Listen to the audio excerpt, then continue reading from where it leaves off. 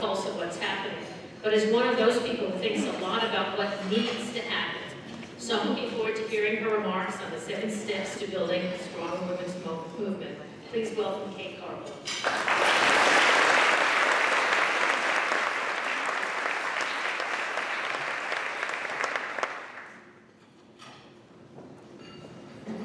Hello, Santa Barbara. Hi. So let's thank Susan Rose, the other presidents, the amazing women who are in elected office. Thank you for having me. Thank you for representing us here in the state of California. Let's have a round of applause.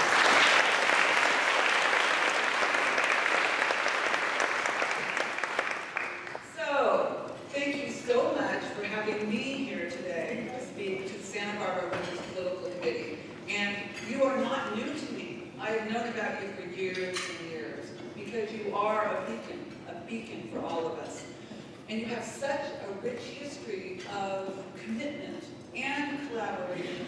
And the fact, and I think this is so important, that you have persevered for over 25 years. I've seen so many local women's organizations come and go. You have persevered, you've pushed through. It's really, really quite remarkable. And you are a model for the rest of us. You are a model for the rest of us. Can you hear me in the back? Yes. Great, okay. So I have to start with a warning about my speech. First, I had so much fun a few years ago. So much fun. I interviewed people, I did research, I took time putting all my ideas together. But I also decided to change my speech title. I did not warn her. I changed my speech title from the 7 steps that we need to rebuild the women's movement here in California. My focus is California. I have to tell you, we are now up to 10 steps. So over the next 20 minutes, what I'm going to do is I'm going to walk you through my personal journey, because I think that's really important. Experiences that I had in Sacramento that started to make me concerned about the state of the women's movement. Not specific to your group, but the state of the women's movement. The interviews that I conducted, and the challenges that I think that we're facing, and then I get to the steps, the 10 steps, and then I frame it up for you.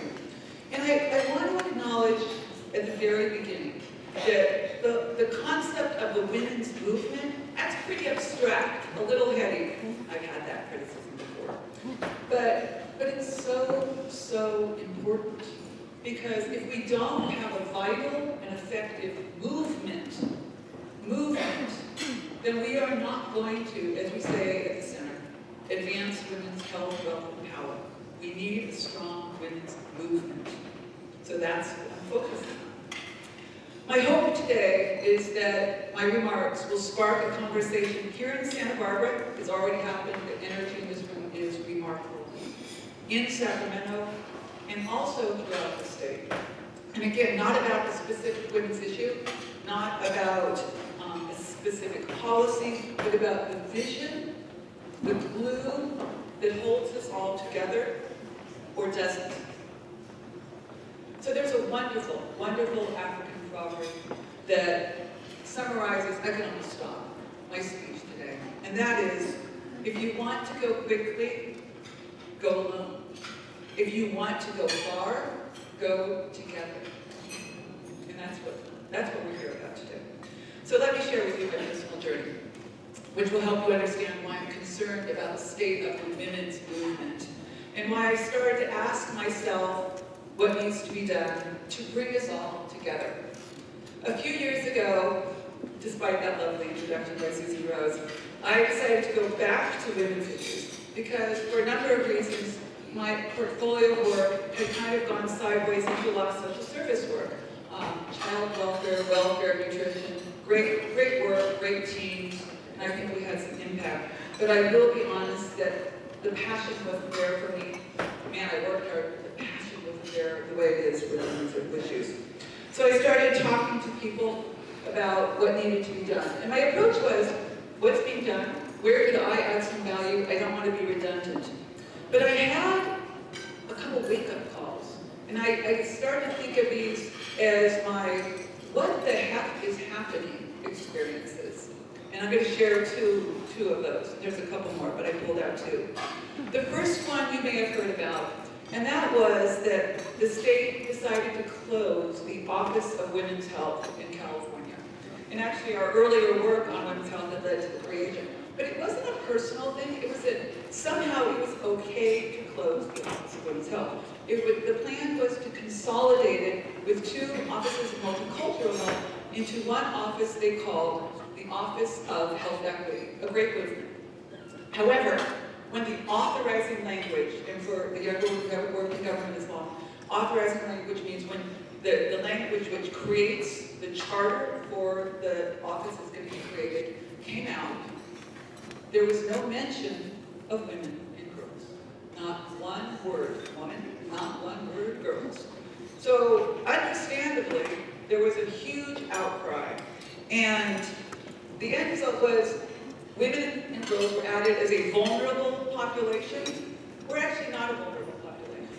You know, so that has issues, but at least we were on the list. But the research that office has been doing for years is no longer on track. We're losing something there. And it's not clear if women and girls are going to be a priority at the Office of Health Equity. We're trying, they are being responsive, I really want to acknowledge that. But they are, women and girls were an afterthought, right? So then there was another, what the heck is happening here, experience that I had. And that has to do with what's called the Reducing Disparities Project, a big, big project. And let me say first and foremost that the goal of this is to look at disparities or differences in the mental health status, and they produced 5 research reports on African American, Latino, Native American, LGBTQ, and Asian Pacific Islander mental health. How important is that? Fundamentally important, long overdue. However, when I started looking through those reports as a researcher, there was hardly any mention of women and girls. Hardly any mention of women and girls. And I have to admit that I was pretty darn stunned. I was flabbergasted. Because if you know anything about mental health, you don't have to be an academic. You just have to read the paper. Or you have to be like me and really love women's magazines to know that women have more depression. Women have more eating disorders. Women have stronger use of antidepressants. And more women are dealing with the trauma of sexual assault and domestic violence. So how any researcher could overlook looking at sex differences, and all those that apply to wonderful men in our lives as well, was way beyond my understanding, and I was stunned. But then, and this is really, really an important point, it just wasn't that this was an academic exercise gone wrong. I learned that the research, the 5 reports, were the basis for creating a strategic plan, and that strategic plan was going to be used to guide funding for outreach and education to the tune of $60 million. Okay? So here I am on this journey, what's Kate going to do with her work portfolio, and returning to women's issues, and I start to have some serious concerns about what's happening in the world of women's issues. I see that women and girls are being overlooked. I see political allies, and I would underscore this, political allies, friends, people who are doing excellent work, but dealing with gender is an afterthought. And I have questions about the clout of some of our women's organizations. And I step back and I realize that this is not a great formula to advance the health, wealth, and power of women and girls in our state. So the next step on my personal journey was this. Very girl-like, I decided not to trust my own observations. I'm a girl, what can I say? So what I did was I decided, and this actually was a really excellent decision, and I think honestly informed what I'm able to present to you today, is that I decided I wanted to go out and talk to some of the fabulous women that I've worked with in the years. and ask them two questions. One, how do you see the state, this abstract concept, the state of the women's movement, number one. And number two, what do you think needs to be done in the next 5 years? Okay, two questions. I also, and I really have to give credit to the Center's Mentoring Advisory Committee, which is a group of about a dozen young women who I have had the true privilege of working with over the last 2 years. They helped us design and then implement our mentoring initiative, which is called Pathways to Policy. And they're mostly young women of color. They are the future of our state, and they enriched my thinking in ways that I can't even begin to describe.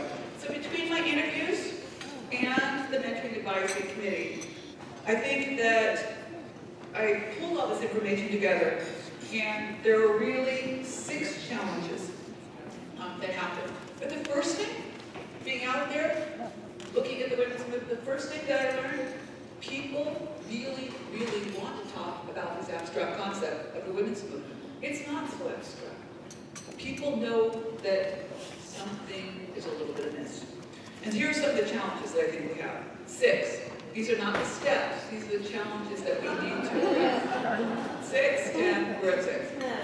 So the first challenge I call balkanization. And that people, so this is what I heard. People are working in silos by issue, ethnicity, and geography. And that is not to say that great work, even fabulous work, is not happening within those sectors, because it is. And again, I gave a great list of some marvelous things that are happening. However, when you talk to the leaders, there's a feeling of isolation. There's a feeling that the dots between the issues, the groups, and the leaders aren't always being connected. And we lose something from not having that synergy. Number 2 is funding. There's a feeling that the access to resources for projects related to women and girls is diminished. It's not the same as it used to be a decade or 2 ago. Number 3, I called it organizational drift.